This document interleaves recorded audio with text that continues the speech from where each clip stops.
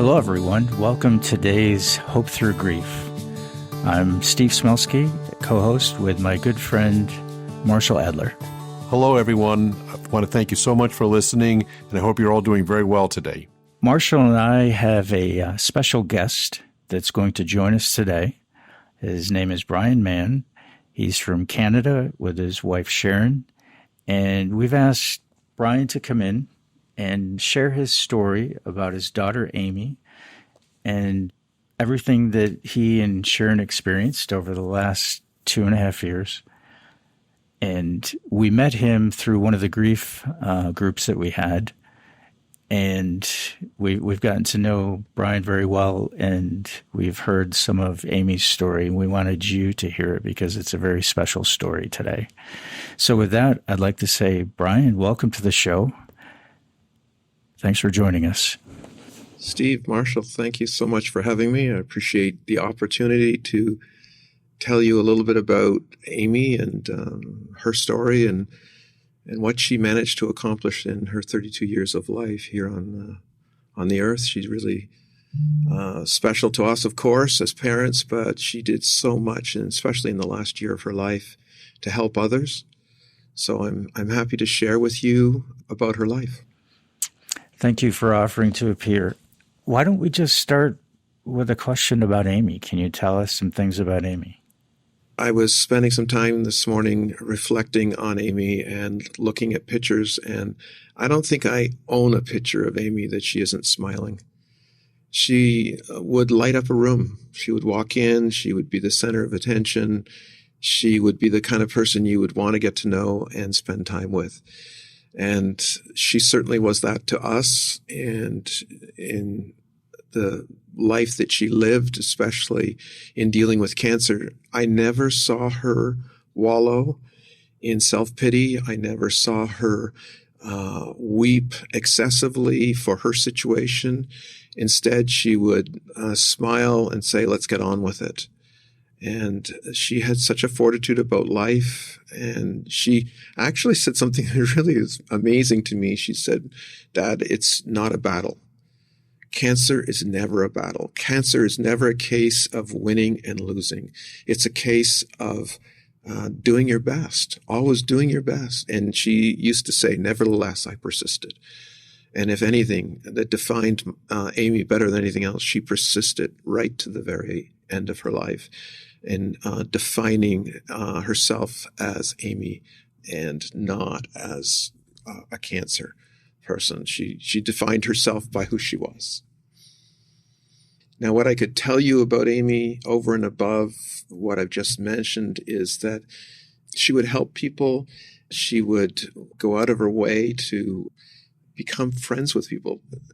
Case in point, she had a nurse that would come into her house, and she would help Amy dealing with many situations that Amy had to contend with bowel cancer, colon cancer. And her name was Tamsin. And Tamsin would come in, and she was relatively a new nurse visiting in the home, obviously. And she would come routinely to see Amy and deal with different situations. And the first rule of thumb of being a nurse is don't get emotionally involved with your patient. And yet Amy would tell you, and I could obviously see that they became close personal friends. And I remember that after Amy passed, Tamsin came to us at the memorial in absolute tears, saying how much she had loved Amy and enjoyed getting to know her and how she was dealing with it going forward. She now runs marathons. And she raises money for Amy and for colon research, I should say, on behalf of Amy. And she continues to do that to this day, which is really, and writes us constantly, emails us and tells us what she's doing. So it's special. And Amy had a special effect on so very many people. One of the things that Amy liked to do was to defy the norms, the routines. And Amy wore a gold cape, and she put this gold cape on whenever she'd go out for a walk for raising funds for cancer research. So she decided that she was going to walk between Bradford-on-Avon and Bath along the canal, because, as you know, the UK is full of canals, and you can go across the UK through these canals. So you could walk the canal between Bradford-on-Avon and Bath, and it would take you about 2 hours, 2.5 hours to get through it. Anyways, Amy would put on this gold cape, and anyone that wanted to walk with her would walk with her. And people would look at her and say, "What's with the lady with the gold cape?" And everyone that was walking with her could say, "Well, this is Amy, and she's dealing with terminal cancer, and so she's walking to raise money for bowel cancer research in the UK." And they raised, I couldn't believe it, the day that we walked with her on a number of occasions, but on this first day, she raised lots of money. People would say, "Well, I want to contribute to that." And that just was Amy. Amy was always about doing something to make things better. And it just defined our daughter in such a beautiful way.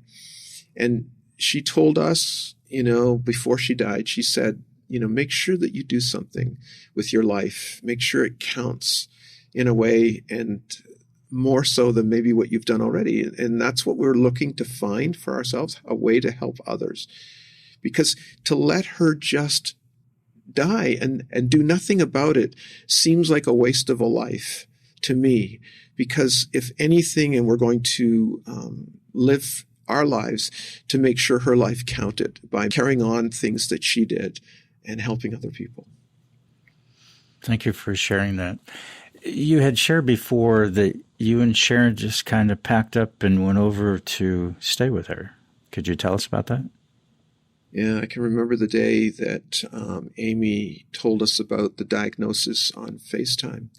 I was in the kitchen upstairs and with Sharon, and Amy stopped and she looked at me. She said, "Dad, something's wrong. The right side of your face has gone down. It doesn't look right." And then Sharon looked at me and she said, "Yeah, she's right." And so we basically had to stop the call so I could go to the hospital. They thought I'd had a stroke. Turned out that what I had was Bell's palsy. And interesting that today we're doing this interview, because today I just had a call from the neck and throat clinic. They're going to see me. It's been 3-4 years now since, 4 or 5 years now since I've had this. And I still struggle with Bell's palsy on the right side. So that day I will never forget, because Amy was more concerned about me than she was telling us about her diagnosis, and hers was terminal. That's just Amy. She didn't want to make it about her. But shortly thereafter, Sharon went over initially, and then I went over after that, because I was designated for a whole lot of testing to see what they could do about the bells. So they had me stay back, but then eventually I flew over, and we spent the last year of Amy's life in the UK, living in the UK. And we could do that because we were retired, but we stayed in their home and spent the year with her. And this wasn't just any home that Amy and Chris had purchased. It was a home built in 1690. And Amy had totally renovated it and designed with Pinterest boards. Each room knew exactly what it was going to look like. And one of the interesting things about that house, as I reflect on it, there wasn't a straight wall in it, but Amy had put a Pinterest board in every room so you could see what it was going to look like. And when Amy died, the house was 95% done, but there was this one room that wasn't done. And everything arrived for that room to be put together shortly after she passed away. And so we did that in her honor. And then also on her computer, we found the color she wanted for the pantry door, which we painted to that color. So we spent the last year, basically, we did whatever we could to help. We would cook, we would clean, we would paint, we cleared her garden. One thing that Amy wanted to do was sit in the garden and enjoy the beautiful garden that she had, but it was overgrown with many, many years of neglect. So Sharon and I sat and worked on it, and one of the great joys we had was to see her come out and smile, hug us, and thank us for clearing out the yard. I think we took 3 truckloads away of yard waste to get that garden back. And now it's one of the ones that in the city of Bradford-on-Avon that people go to visit. So she never got to see it done, but she enjoyed what we were able to do to bring it back. Brian, how difficult was it to see your loving daughter deal with the progression of the disease process that eventually ended in taking her life? Yeah, we stayed there for the year. We went with her to every hospital, every appointment, every meeting, and we lived the ups and the downs of a cancer diagnosis. As you know, many of the people who will be listening will know, you get a bit of good news, and you're on the top of the world. And I remember that we went into a clinic for an appointment, and we were unable to go in with Amy and Chris, but they went in. And we were sitting in the waiting area, and we could watch the door that she went in on. And I remember the moment that she came out, she was smiling. And she came up to us and she said, "I'm in remission." And there's a picture of us in a car on the car ride home, and we're all on top of the world because we thought that Amy was in the right space, that everything was going well, that everything was great. Remission meant that it was over, that she beat cancer. And we absolutely lived in that moment. And then I remember Chris turning to us and saying, "Hey guys, we need to understand that this doesn't mean it's over. This is just one day in which we've got some good news." Unfortunately, that good news went away quite quickly as we found out that remission just meant it wasn't growing as fast as it had been in the past. But shortly thereafter, it started growing rapidly again. The cancer and the chemo was no longer considered effective. And what doesn't help you is killing you. And so if it's killing you, they stop it. And when they stop it, the cancer grows faster. So it was very short-lived, but I remember going in one time and Amy got some bad news, and she came out and we sort of hugged her and she cried. And she cried for about a half hour of just dealing with it, asking, "Why me? Why now? Why all of this?" And then she looked up and she said, "That's enough of this. I'm not going to live like this. I'm not going to let this control me." And she said, "Let's get on with things." And she got up and we moved forward. We went back and we dealt with it every day from there forward, but always with a positive bent, always with, what are we going to do today? Living the day to the fullest. She taught us two things. She said, look, every day counts. So live every day as it is a special day and live it to the fullest. And that's how we approach things. Sharon and I try to live every day to the fullest. Brian, you had shared a few things. As Amy was going through this, she was actually trying to help others. I think you sent me a link to one of her websites. And going through this battle, she was actually reaching out and helping others. Could you tell us a little bit about that? I think that gives us a pretty good description of how much she cared for everybody else. I laugh because Amy had a sense of humor about her, and she had a way of, she said, if I'm going to have a website, I want people to remember it. So her blogging is on a website called catslovepeanutbutter.com. And you just got to love it because it's easy to find. People say, well, how can I write that down? I go, look, catslovepeanutbutter.com. How can you not remember that? Then they'll always ask the same question. Do cats really love peanut butter? I said, hers did. So she blogged her whole walk with cancer on catslovepeanutbutter.com. And if you go there, you will read her story in such a way that you will get to love the daughter that we had. She's special. She had a way of communicating. She had a way of talking that just drew you in. And her blog is so honest about what she was going through. She didn't hide anything. She told people what the drugs did, how they reacted to her body, because so many people with colon cancer didn't know what to expect. And she wanted to write in such a fashion so that people could deal with their own colon cancer. A lot of the problems today with colon cancer is it's considered a disease of the aged. Young people aren't supposed to get it. And I remember the story of her telling us of one young girl who read her blog and went to her doctor and said, I want you to test me for colon cancer.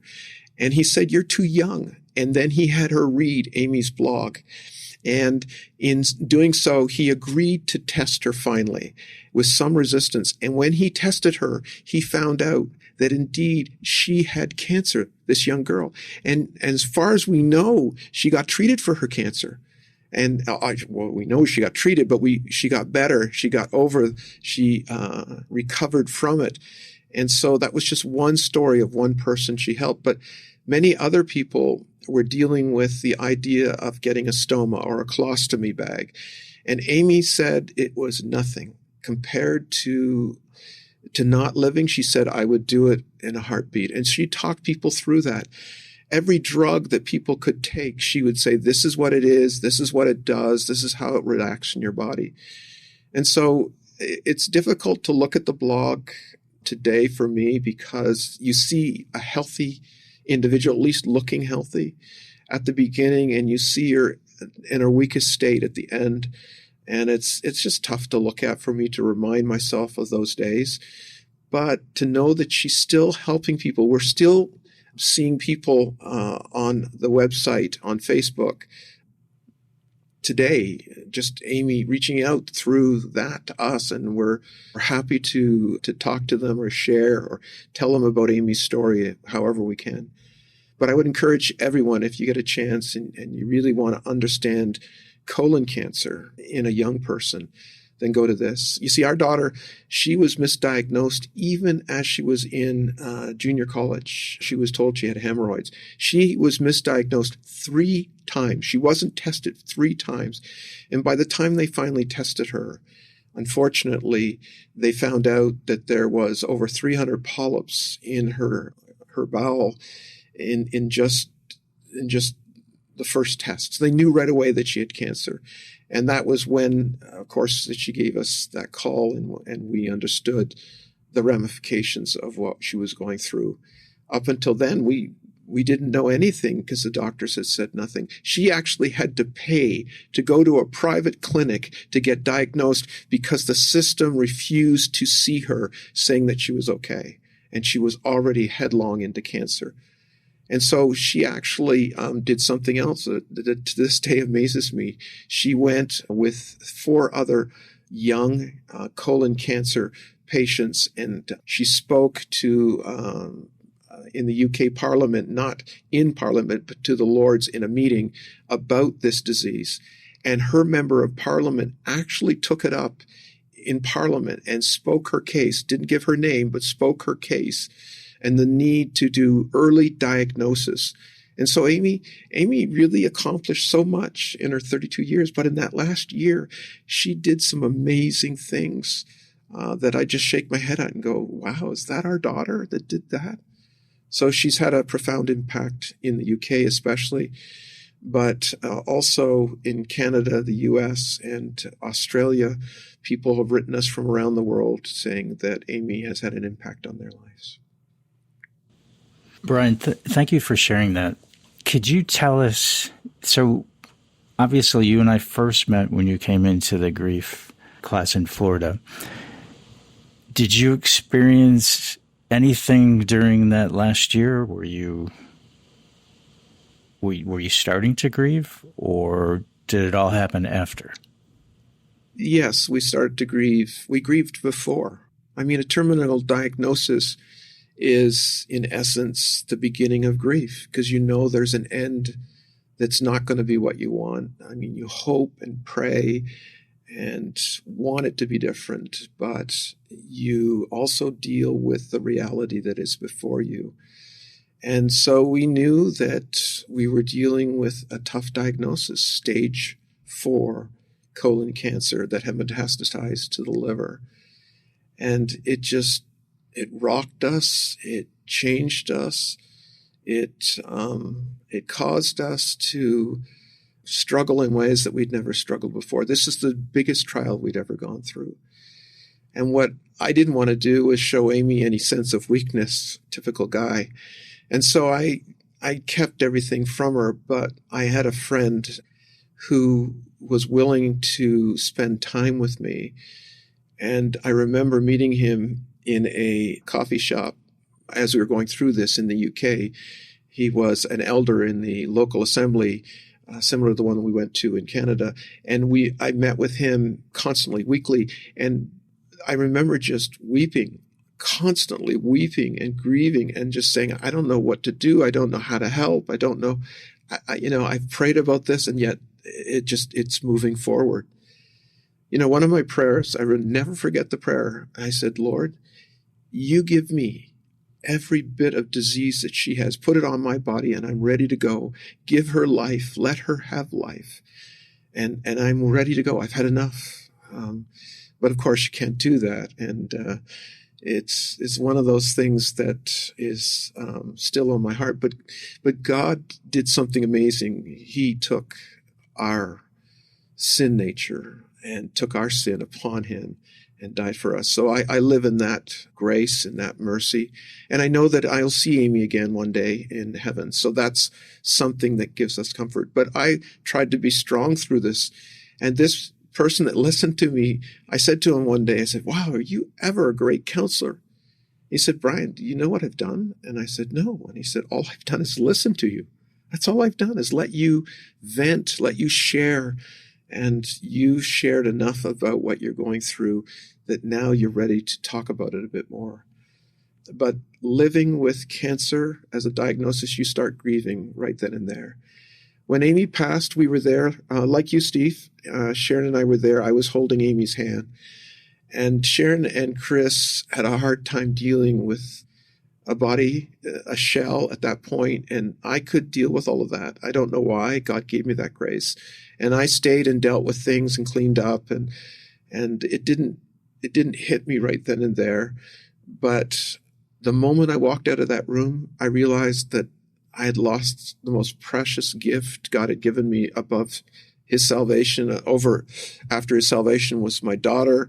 My kids mean everything to me, and I had lost my daughter, and a light had gone out of my life. And I had to learn how to deal with that. And I think that's why we literally stumbled into Grief Share down in Florida. We started it in Canada, but we came to Florida as we're snowbirds, and we wanted desperately to find meaning in what we were going through, because Amy wanted us to understand that the best thing we could do dealing with her death was helping others. And that's what we really want to do, is learn to be compassionate people to help others who are going through grief.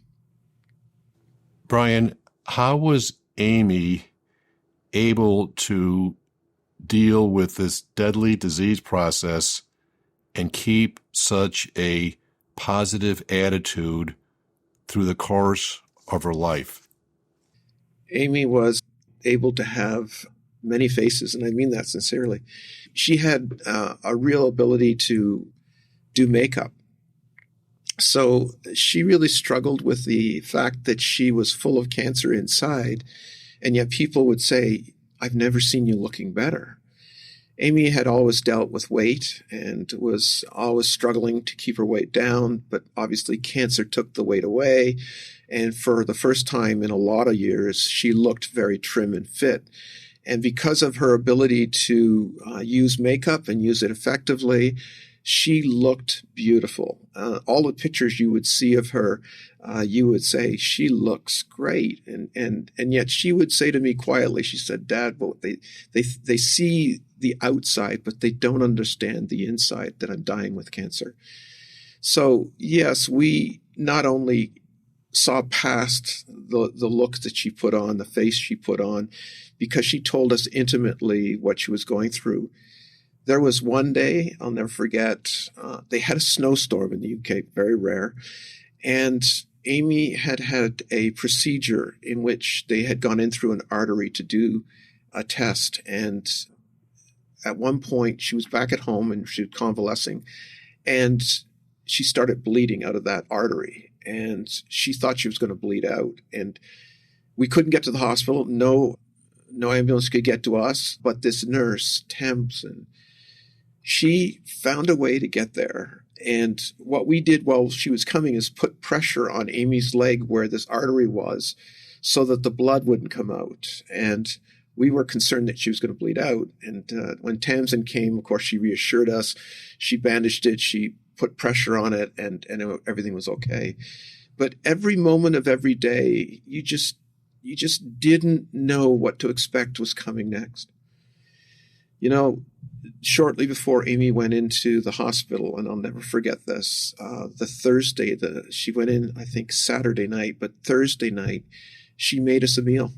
She wanted to make a meal for Sharon and I and Chris, special meal, that she didn't want us to do anything. She wanted to do it herself, and she wanted us to have this meal together. And she was so sick at some point in the day that she couldn't finish it. And my wife, Sharon, finished the meal, preparing it, and Amy wasn't able to eat it. And I remember the terrible sounds coming from her for the next 2 days as she languished in pain, but didn't want to go to the hospital. And finally, we had to call an ambulance, and she went to the hospital. And it was that day in the hospital, in the room, that a doctor walked in with all of his interns. He wasn't alone. He came with, and he asked, he said, "Can I bring in the interns?" And we said, "Sure." We didn't know why he brought them in, but he brought them in anyways. And he stood around and he started talking about Amy's diagnosis, when it started and how it progressed. And then he looked at Amy and he said, "Amy, the news I have for you today is not good. I have looked at everything, and after all the testing that we've done today, I can tell you that there's nothing more we can do for you." It was at that moment, that very moment, that my life changed, because I realized I was about to lose my daughter. And Amy turned to the doctor and she looked at us and she said, "We knew this day was coming. We knew this moment was coming. I'm done. I have nothing more to give. Keep me comfortable." And Amy was sent to palliative care shortly thereafter, and we stayed with her for the remaining time that she had. One of the things that she asked to do, which was neat, she asked her bed to be pointed in the palliative care, looking outside over this beautiful meadow, gorgeous meadow. She loved the outdoors. It was spectacular. And she said, "I want to look at the world outside for the time I have left." And then she asked us to get her Coke.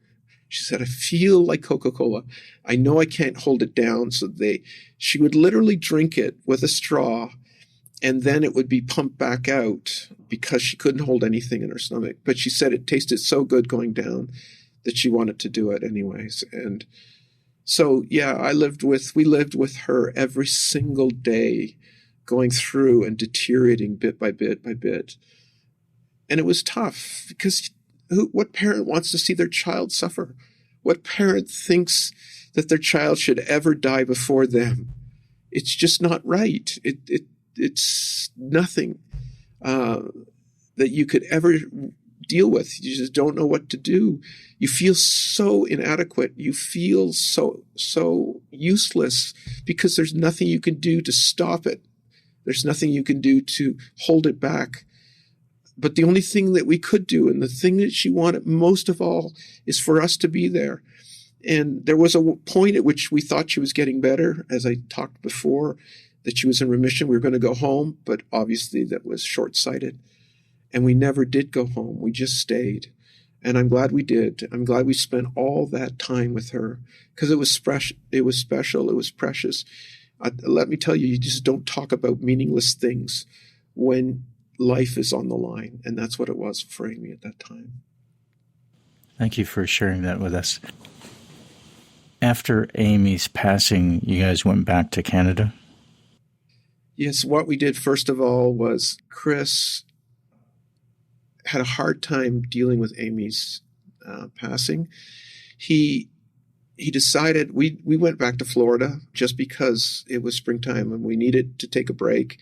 And rather than face everyone back in Canada, we thought we would just use some time to be alone and to figure things out a bit. And so we flew back to Florida, where our vehicle was, and we spent some time there. But Chris wanted to come back with us. We were looking for some alone time, Sharon and I, but Chris asked to come back. So he came back with us, and he stayed with us for a couple of weeks. We found it difficult because we were all grieving in our own way.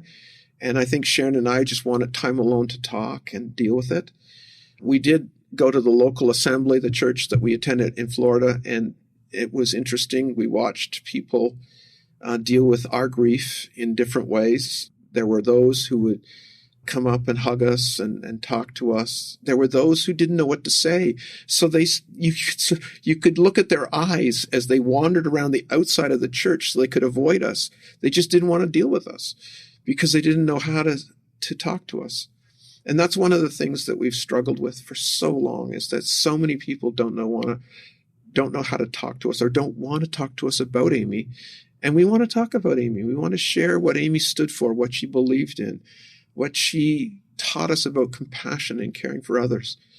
So we spent some time in Florida. Then we came home, and we had 2 memorials. We had one in the UK and one in Canada. And Amy wrote her own eulogy. She actually planned out her own funeral, everything.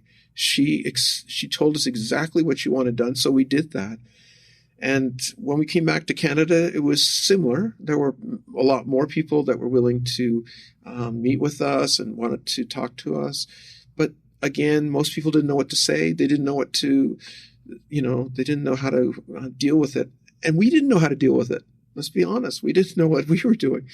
And so we went to this close friend of ours, Mona Kane. And Mona and Bruce, we had met in Florida the year before, 2 years before. And we knew them from Canada. They come down to Florida. They had a place in Florida. On the way back, I said to Bruce, would you preach in our chapel? And he said, sure.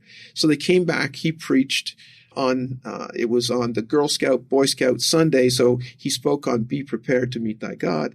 And then he drove home. They drove home. And 2 weeks later, he collapsed with a massive heart attack, and died. So when we came back to Canada 2 years later, having lost Amy, I didn't know what to do. And we called Mona, and we said, Mona, do you have some time for us? And she said, sure. We went to her house, her apartment, and we sat down with her, and we said, we don't know what to do. We don't know how to get through this. We don't know how to deal with our grief. And she had been to Grief Share, and she said to us, why don't you come with me? And we'll go to Grief Share, and we'll see if that is a help at all in your life. And so what we did is we went to Grief Share in London, Ontario, and we were there for about 6 sessions because we were heading down to Florida for the winter. And that's how we met you, Steve. We decided that once we'd been through these 6 sessions, they were so powerful to us in helping us deal with our grief that we said we got to continue this. So we looked up where we could go in Florida, and Journey Church had it available for us. And so that's when we met you and Shelley and Marshall. And we found such benefit from being able to talk and share and be open about what we were going through. And others were willing to listen, which was amazing to me. We were all in the same place dealing with grief. And so we could be open and honest. We didn't have to put on airs. We didn't have to hold back. That's one of the great blessings of Grief Share, and that's why we've continued on in it. We found it so helpful. Brian, I want to thank you so much for opening up to the audience today about your journey of grief with the loss of your daughter. And one of the advantages of going to a wonderful support group like Grief Share is that we all speak the same language there, in the sense that everybody there is there for a reason, because they are on their journey of grief, because they have lost somebody that they've loved. You don't have to explain what you're going through, because the people there know about it. Conversely, having you talk about your journey of grief today to our listening audience is also going to be very helpful to people that are on their own journey of grief. Because as we know, it can be very difficult if you're isolated and not having an opportunity to interact with others. And the way the world is now with the pandemic, that is something that is difficult for people to go through the grief process and have the necessary interaction that is required to help them get through the grief process. So again, I can't thank you enough for your willingness to open up and talk about your journey of grief. Well, what you do, Marshall, and what Steve does is important to bring meaning to your loss. Is that it? Is the person die and that's it? That's all there is? It's going to end? You're not going to do anything with it?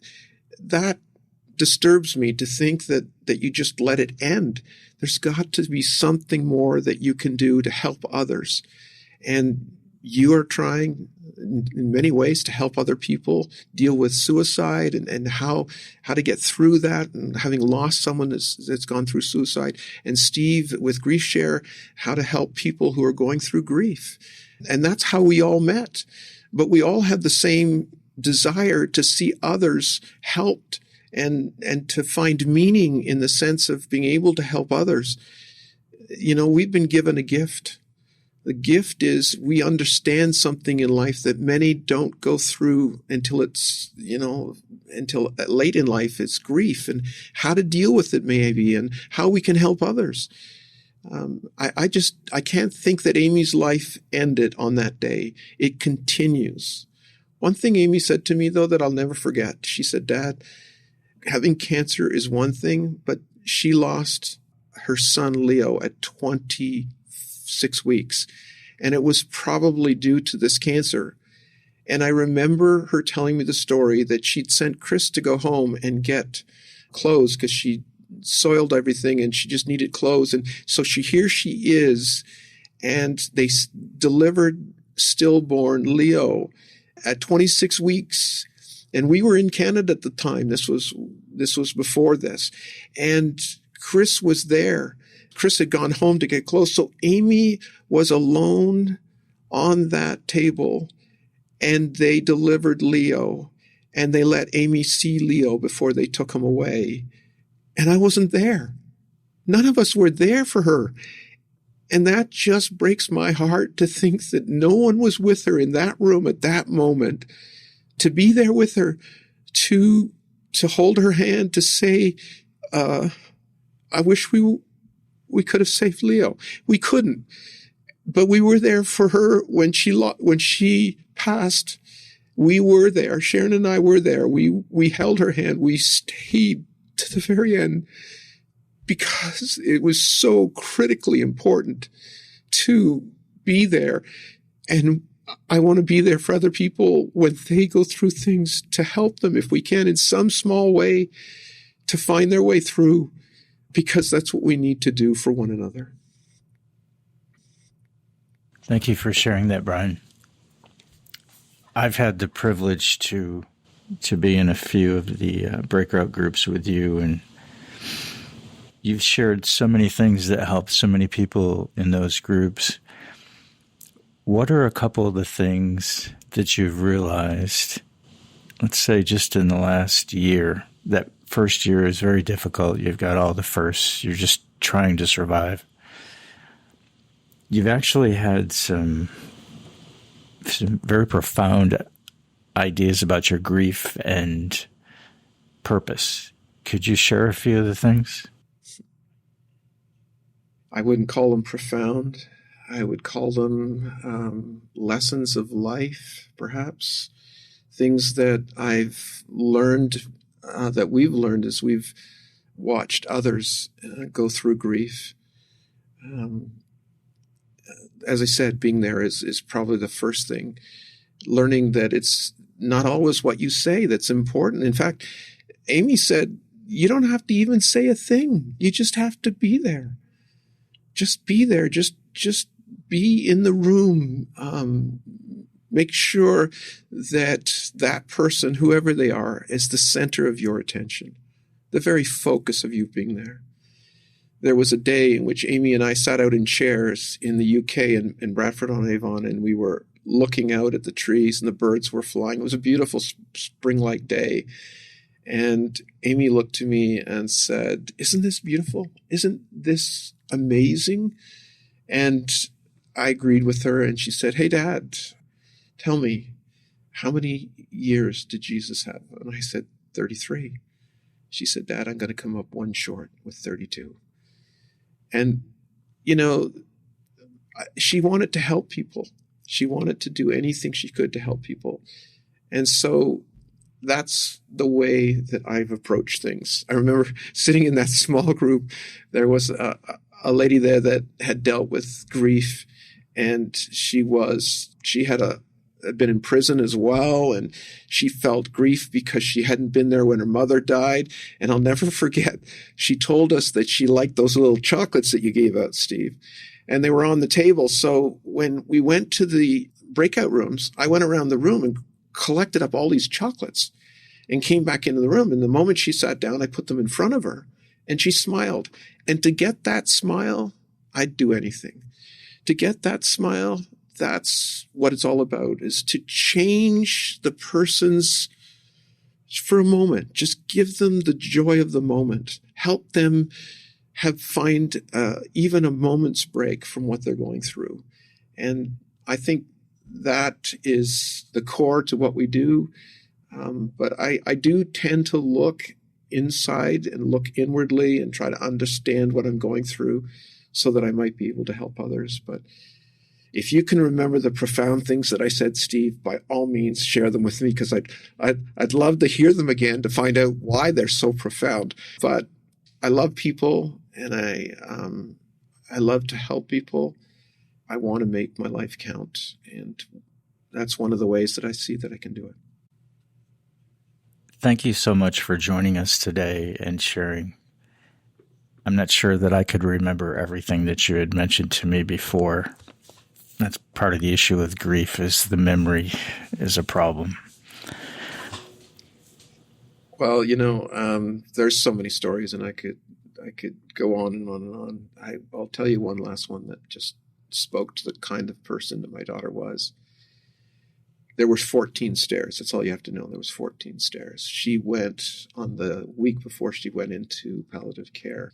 We went to a pub, and there were 14 stairs down, and she forced herself to go to this function because they were deciding at her company, Blue Bolt, for the next year, every month they were going to do something to raise money for colon cancer research. And so Amy wanted to go and be there. And so she went there, and it was 14 steps down, and we got her in there, sat down, and she looked like $1 million. She really looked great because she did the makeup and she was dressed well. And I was so proud of her, and I was sitting beside her watching her, and everyone was coming up to her and talking to her. And they identified that in April of 2018, they were going to start these functions, these different things they were going to do to raise money. And Amy never lived to see any one of them, but she was there for that day. And when we left, she was holding on to me, and she said, "Okay, Dad, how many stairs?" And I said, 14. She'd take a step, and she'd say, "Dad, how many stairs?" I say, 13. And she made it up every one of those stairs. And it was tough. I could see in her body, I could see in her face the struggle she had to make those stairs. And yet she made it. She did that because it was important to her to show up and to be seen and to be a part of what was going on. And that's what we need to do. If you're dealing with cancer, you're dealing with someone who has cancer, show up, be there, help them, be an arm for them to lean on, be someone that would hug them and say you love them and care for them. Go and get them the meal that they need, get them the drink that they need to drink. Do anything to ease their burden and make their life easier. It's all worth it.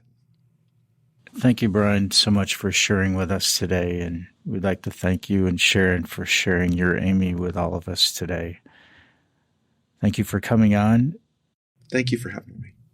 If you want to read about her, again, catslovepeanutbutter.com will tell you her blog. And it's an interesting story. So please go see it. Thank you for having me. Thanks, Marshall. Thank you, Steve. Brian, I want to thank you so much for being our guest today and telling your story of grief with the passing of Amy. It really has resonated with me personally, and I'm sure also with our audience, that you were so brave and so open talking about the loss of your daughter. But I want to tell you that something that really impacted me listening to your story is how Amy did not want to dwell on any bad feelings or feel sorry for herself, and that she was saying life is just too darn short to dwell on that and didn't want to waste the day. And I think that, to me, is a wonderful lesson for all of us, because we are all here for a finite, fixed period of time. We may not know how long that will be, but we all know it's finite. And I think Amy knew that and took the wonderful approach to make the most of every day. And I think that is something that we could all learn and realize is a life lesson for every single person on this earth. Steve, what thoughts did you have about Amy and her journey? Well, first I would say I agree with you on that point. That was a very touching thought, that on her most darkest journey, she's able to look at the light. One of the things that I thought was very interesting was how much she wanted to help others on their journey through their own deal with cancer by sharing helpful hints and things that she had learned along the way. It's like, you think of cancer as being very personal, and it's your fight to continue living. And yet she didn't look at it that way. She looked at it like, wow, I can help some other people who are going through the same thing. I was amazed with that. I think that was awesome. I think that one thing that, again, so impressed me about Brian and Sharon is something that Debbie and I have tried to do since Matt's passing. I think Sharon and Brian have seen how their daughter lived her life helping others, and now they're trying to do the same thing because she's not here. And that's the same way Debbie and I felt about Matt's passing. He did so many great things to help so many people. We felt it was now our job to continue that. And I know Sharon and Brian are doing the same thing, and I think it's a wonderful tribute to their daughter to continue the good work that she is no longer able to do on this earth. I think it's a wonderful lesson for all of us to see what they're doing. I agree. It's unique when you see parents wanting to carry on for their children and be so moved by what they did in their short lifetime that they're willing to continue it on. I feel very inspired by Amy, just hearing her story and how she lived her life. And I realize I would like to live mine more with that type of mindset. Thank you, everybody, for joining us today. Wanted to let you know that we are going to be starting a blog page on our website at hopethrugrief.com, which is HOPETHRUGRIEF.com. So be on the lookout, because Brian has offered to write us a post for the blog telling us some more of the stories about Amy that he didn't get a chance to share on today's show. And he's actually promised to send us pictures of the garden and some of the rooms that Amy finished in the house, as well as photos of Amy. And I did ask if we could possibly get one of her wearing the gold cape. So be sure to check it out. We'll have it out there as soon as Brian gets it down to us. And thank you for joining today. Thank you very much for listening. Thank you for joining us on Hope Thru Grief with your co-hosts, Marshall Adler and Steve Smelski. We hope our episode today was helpful and informative. Since we are not medical or mental health professionals, we cannot and will not provide any medical, psychological, or mental health advice. Therefore, if you or anyone you know requires medical or mental health treatment, please contact a medical or mental health professional immediately.